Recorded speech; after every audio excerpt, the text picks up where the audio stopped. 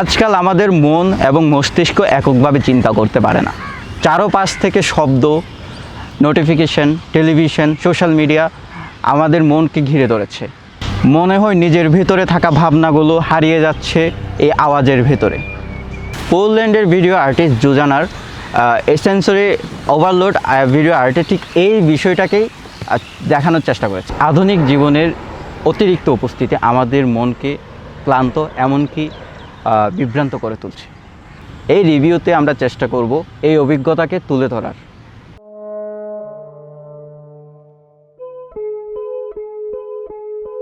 Video শুরুতে একটি সাদা কালো সম্মোহনী গোলকধাঁধা দেখা যায়, যেন সকল মনোযোগ টেনে নিচ্ছে, অথবা যেন আমাদের মনের জটিল চিন্তাভাবনার এক প্রকাশ।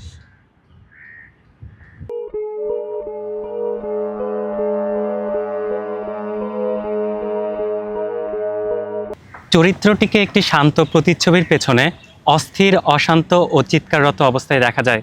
এ যেন অশান্ত, ক্লান্ত ও ভারাক্রান্ত মানসিক অবস্থার প্রতিফলন করছে, তাও আবার সাদা কালো। এটা মনে করিয়ে দেয় কেউ যেন নিজের অনুভূতির গভীরে চলে যাচ্ছে অথবা চারপাশের চাপে ডুবে যাচ্ছে।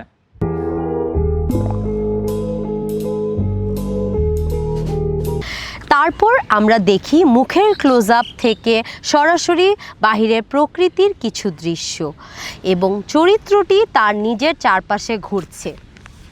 মনে হয় নিজের কাছে নিজেই আরাধ্য হয়ে গেছে, এবং সেই সম্মোহনী গোলকধাঁধা দেখা যাচ্ছে যেন স্বপ্ন।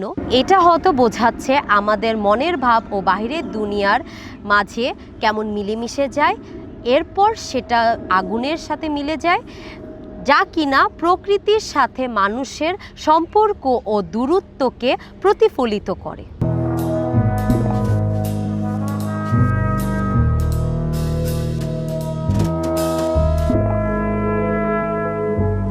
ক্লোজ আপ থেকে এবার চলে আসে বড় একটি প্যানোরামিক দৃশ্য।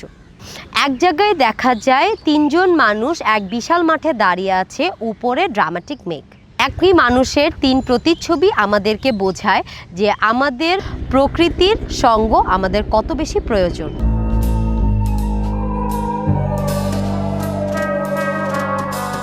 এরপর চরিত্রটিকে একই জায়গায় একটি টাইমল্যাপসের মাধ্যমে দেখানো হচ্ছে, যেন সময় কত ফুরিয়ে যাচ্ছে কিন্তু চরিত্রটির কোনো পরিবর্তন হচ্ছে না। যেমন তো ডিজিটাল দুনিয়া চুরি করে নিচ্ছে আমাদের সময়গুলো।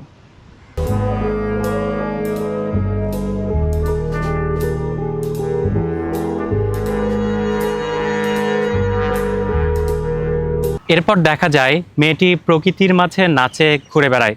হঠাৎ করে একটি লাল রঙের হাত এসে খেলা করে, মেয়েটি বসে যায়। এখানে যে রঙটা ব্যবহার করা হয়েছে তা যেন এক অশুভ ইঙ্গিত দেয়, এক অশুভ শক্তির প্রকাশ করে। আমাদের মনোযোগ নিয়ে যারা খেলছে যেন তাদেরকে রিপ্রেজেন্ট করছে।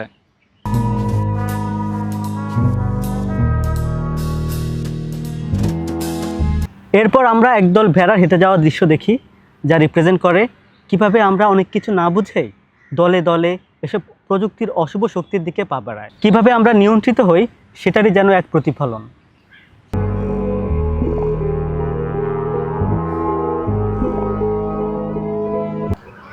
একটি দৃশ্যে মেয়েটি সাদা রং দিয়ে তার মুখ ঢেকে দিচ্ছে, এ যেন অস্তিত্বের সংকটের এক প্রকাশ।